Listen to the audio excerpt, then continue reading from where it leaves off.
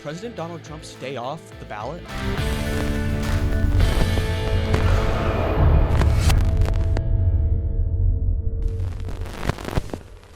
I'm Isaiah, and this is America Divided. There are 284 days until Election Day here in America, and in some recent news, the Maine Supreme Court has declined to hear the Trump ballot eligibility case. What does that mean? What does that mean for us?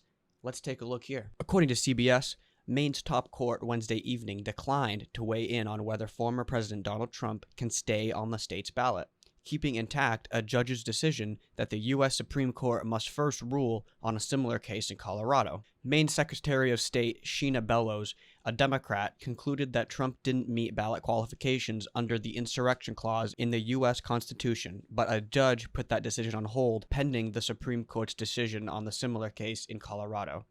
In a unanimous decision, the Maine Supreme Judicial Court dismissed Bellows' appeal of the order requiring her to await the U.S. Supreme Court's decision before withdrawing, modifying or upholding her decision to keep Trump off the primary ballot on Super Tuesday. The Secretary of State suggests that there is irreparable harm because a delay in certainty about whether Trump's name should appear on the primary ballot will result in voter confusion. This uncertainty is, however, precisely what guides our decision not to undertake immediate appellate review in this particular case. Bellows' decision in December that Trump was ineligible made her the first election official to ban the Republican frontrunner from the ballot under the 14th Amendment. In Colorado, the state Supreme Court reached the same conclusion. So it's very interesting to me that she's concerned about voter confusion. She's the one that unconstitutionally, in my opinion, removed Trump from the ballot or made an attempt to. Part of me feels like everybody knows he's not 100% going to be removed from the ballot, but this is just almost a ploy from the left or a ploy from whoever is really in charge of the world to rub some dirt on Donald Trump just to make him seem less like the clear choice for the 2024 presidential election. The reasoning for removing Trump from the ballot seemed a little iffy to me. Check out this video of why she supposedly did it. And the weight of evidence that I reviewed indicated that it was in fact an insurrection, and Mr. Trump engaged in that insurrection under Section 3 of the 14th Amendment. Quite pathetic, if you ask me. I'm pretty sure that if he were to 100% be removed from the ballot, he would still get written in by people. And if not, I think there would be a civil war of Americans who are disgusted that the election keeps getting stolen or altered without their permission. So it'd be really interesting to see what would actually happen. Now that we know that the Maine Supreme Court is waiting for Colorado's decision on the whole situation to make their decision, check out what the Epoch Times wrote on January 24th, which would be yesterday. The U.S. Supreme Court has signaled that it's moving fast with former President Donald Trump's appeal that seeks to overturn the Colorado Supreme Court's ruling barring him from the ballot on the 14th Amendment grounds. A note accompanying the U.S. Supreme Court schedule for February 8th, the day the High Court is set to hear the first oral argument in the case, indicates that it intends to announce written opinions on the very same day. While the substance of the opinions has not been revealed, the declaration that they will be published on February 8th is significant, and it indicates that the Supreme Court views the case as having significant legal importance and warrants expedited consideration.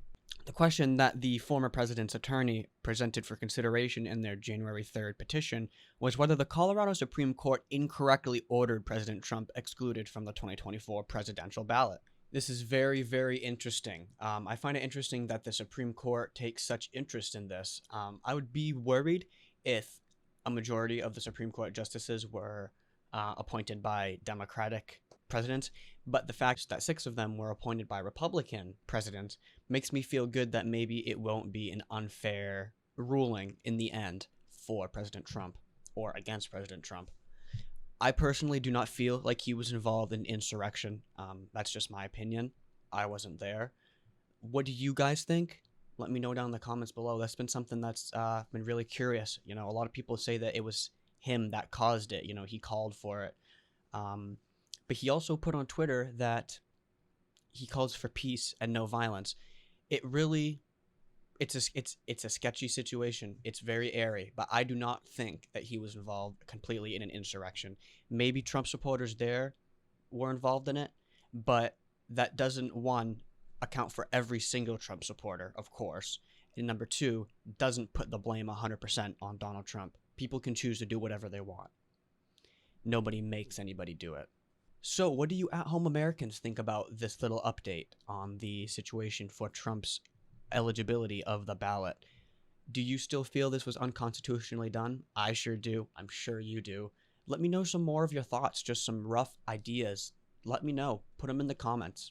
I'm thinking one of these episodes I'll read some of your comments and give my opinion, and you guys can give your opinion on my opinion, and we can have a little discussion that way. I appreciate you all for watching this episode. Please like, comment, share, follow, subscribe to America Divided on YouTube, Facebook, Instagram, TikTok, everywhere you can. Please share the video with everybody you can. When the shorts come out, share the shorts with everybody if you don't want to watch the full video.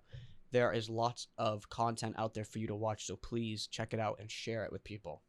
I really appreciate you watching this episode of America Divided. I have been Isaiah. Thank you for watching.